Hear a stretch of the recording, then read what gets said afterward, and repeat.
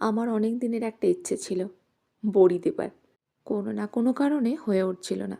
আর শিলংয়ে তো রোদের ঠিক ঠিকানা নেই, এই বৃষ্টি এই রোদ। কদিন ধরে বেশ রোদ দিচ্ছে। ওয়েদারটা চেক করে নিয়েছি, 1 সপ্তাহ রোদ দেবে দেখে বিউলির ডাল ভিজিয়ে দিয়েছিলাম। সারা রাত ভালো করে ভিজিয়ে পরের দিন ভালো করে ধুয়ে মিক্সিতে একেবারেই সামান্য জল দিয়ে পেস্ট করে নিয়েছি। আর তাতে দিয়ে দিয়েছি কালো জিরা, গোলমরিচ গুঁড়ো আর সামান্য নুন। ভালো করে ফেটাতে হবে কিন্তু। স্টিলের থালাগুলোতে তেল মাখিয়ে খানিকক্ষণ রোদে রেখেছিলাম। অল্প অল্প ব্যাটার নিয়ে এবার বড়ির আকারে গড়ে নিয়েছি। ব্যাটারটা মনে হয় আরও একটু ঘন করলে ভালো হতো, একটু ছড়িয়ে ছড়িয়ে যাচ্ছিল। আমার মামা বাড়ির তো একটু গ্রামের দিকে, ওখানে না আমার মামা বাড়িতে ছাদের মধ্যে দেখতাম সবাই এসে এসে বড়ি দিয়ে যেত। সেই ছোটোবেলার থেকেই ইচ্ছেটা ছিল বড়ি দেবার। কত রকমের বড়ি দিত, কচুর বড়ি, মূলোর বড়ি, মসুর ডালের বড়ি। খুব ভালো লাগতো দেখতে, জানো তো।